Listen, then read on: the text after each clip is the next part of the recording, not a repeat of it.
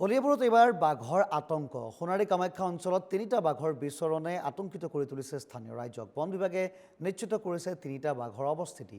ৰাজহুৱা ঘোষণাযোগে সতৰ্কবাণী শুনাবলগীয়া হৈছে। বন বিভাগে এনেধৰণে বাঘে নিধন কৰিছে 2টা পশুধন আৰু সোণাৰী চাহ বাগিচাৰ 13 নম্বৰ লাইনত এনেধৰণে পশুধন নিধন কৰিছে বাঘে। গতিকে তাত থকা স্থানীয় লোকসকলৰ মাজতো এনেধৰণে শংকাই বিৰাজ কৰিছে, কিয়নো 3টাকৈ বাঘে একে সময়তে অঞ্চলটোত মুক্ত বিচৰণ কৰিছে। যিকোনো মুহূৰ্তত কোনো লোকক বাঘে আক্ৰমণ কৰিব বুলি এতিয়া শংকা দেখিবলৈ পোৱা গৈছে স্থানীয় ৰাইজৰ মাজত।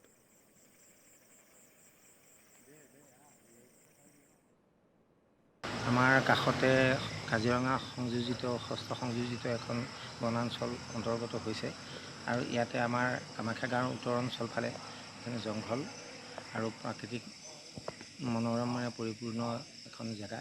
ইয়াতে ইয়াৰ পৰা কামাখ্যা মন্দিৰলৈ যোৱা এটা ধুনীয়া ৰাস্তাও আছে। কামাখ্যা মন্দিৰৰ দক্ষিণ অঞ্চলত এই পাহাৰ জংঘলখিনি অঞ্চল অৱস্থিত। ইয়াতে বনৰীয়া জীৱ জন্তুৰ বাসস্থানো হয়। বনৰীয়া হাতীও আছে, সৰীসৃপ জাতীয় প্ৰাণীও আছে।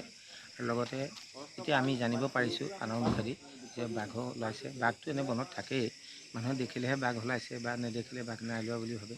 ইতিমধ্যে গম পাইছোঁ যে পোহনীয়া গৰু বাঘে নিধন কৰিছে বুলি গম পাইছোঁ।